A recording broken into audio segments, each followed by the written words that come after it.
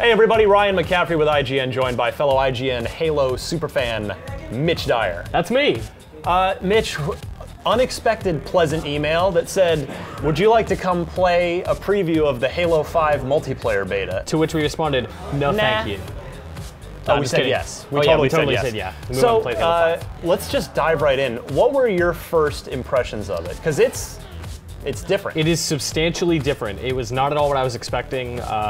The big thing with Halo 5 is that mobility for every Spartan is completely different in multiplayer.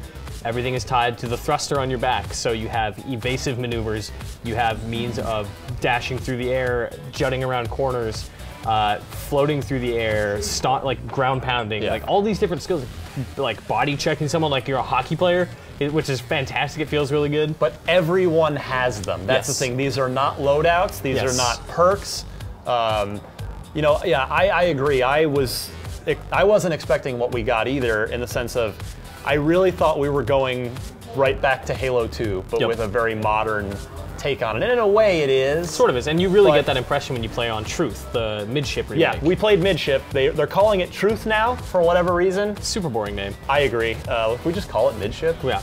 We're just and gonna we go, will, for the rest of We're the going time. with Midship.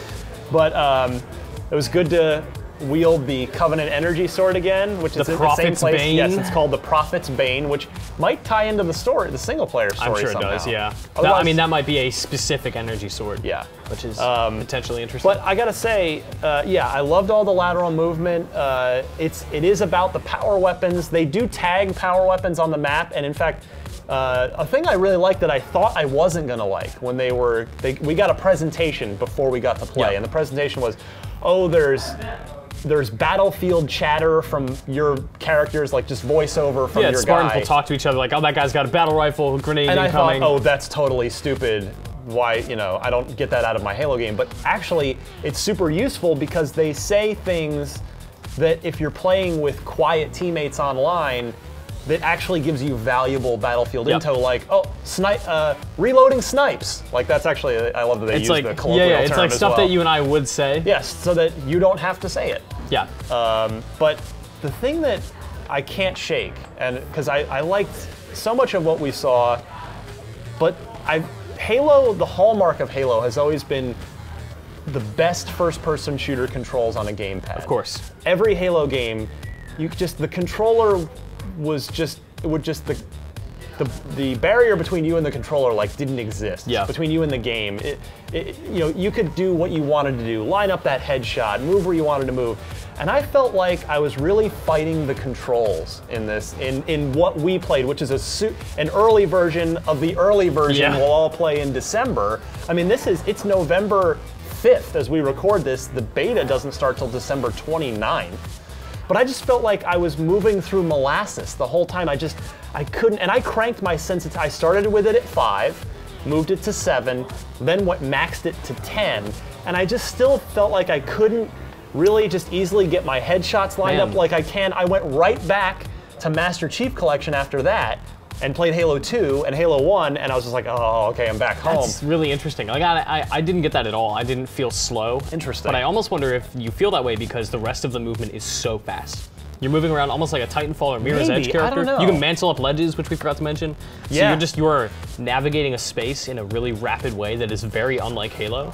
And the movement might be very familiar for Halo fans. So maybe that combination is jarring. I don't know. I just didn't get it personally. I found the controls. Good. I mean, we'll see what happens, but I do agree with you about the controls, though. I mean, and you can change them; they are customizable. But the default set, I had a really hard time mentally getting over the fact that RB and B do essentially the same thing with the jetpack, but in different capacities. Like you can sprint and use your jetpack to attack somebody with your melee, and other times you use it to like just dash out of the way. And those are on different buttons, and that was just confusing to me. Yeah, it's really awesome, by the way. Everyone has sprint, unlimited sprint, but the balance trade-off is you can't recharge your shields while you're sprinting. So if you decide to bail on something, you gotta commit. And I like that because it's not just a gimmick. It's not a talking point, right? It is a balance thing because it forces you to engage. Right. If you're not gonna run away, then you're gonna turn and you're gonna say like, all right, I mean, my shields might regenerate if I fight and stop sprinting. maybe, like, I'm gonna roll the dice and just see what happens, and it makes you more aggressive. Yeah, my favorite part about the unlimited sprint is that you, as you mentioned, ramming, like just just slamming into someone like with your a sprint shoulder. melee uses the thruster to attack. Right, but if you catch someone from behind, you instantly kill them. It's like an assassination. Yeah, like an assassination from 4, but really cool. What are we missing? If you use the thruster into somebody, it pops their shields instantly. Right. And the ground pound is it's my favorite new skill by far, but also one of the hardest to use. Yeah, you go into the air, you hit it, you hover, and then you get a little reticle to actually kind of aim within a small radius, and then you can, bam, pound someone. I remembered the big thing we're forgetting. And this, again, at first mention, just cringeworthy, like, no, don't. And that is a form of ADS, aim down sights. They're calling it smart scope. Yes. Smart sight, smart scope. I forget the actual terminology, but it's aim down sights, it's iron sights. For every weapon.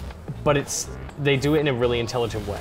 I thought it was really smart that it's tied to the visor and not the gun. Yes. Because that means you don't actually lose that much of your peripheral vision, and you do get that added aiming bonus. And you can use that with your thruster, if you're jumping through the air and you hold left trigger to aim down sights, which is so weird when we're talking about Halo. I know. I kept clicking in the stick. Yeah.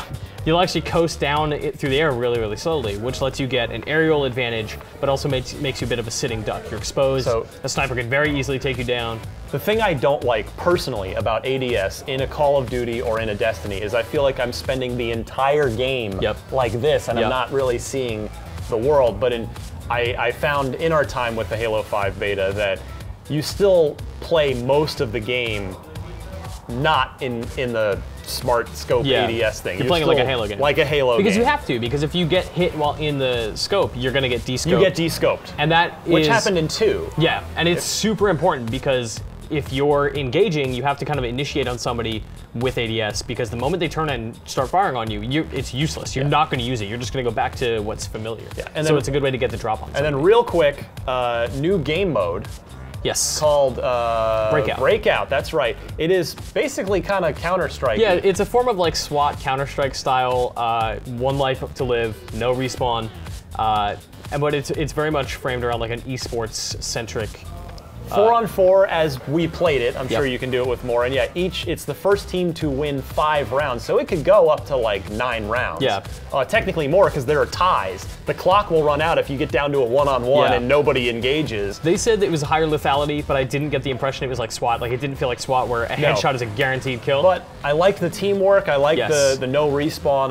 It was definitely a tense multiplayer match, and it was on this cool. It was actually, we played it on a level called Crossfire, which is what you saw in the original Halo 5 teaser at E3, where it's red and blue running, and then they both jump into an arena. It's this map. That one, it's called Crossfire. It's very much like a sports arena. It's actually a Forge map, so that map is forgeable.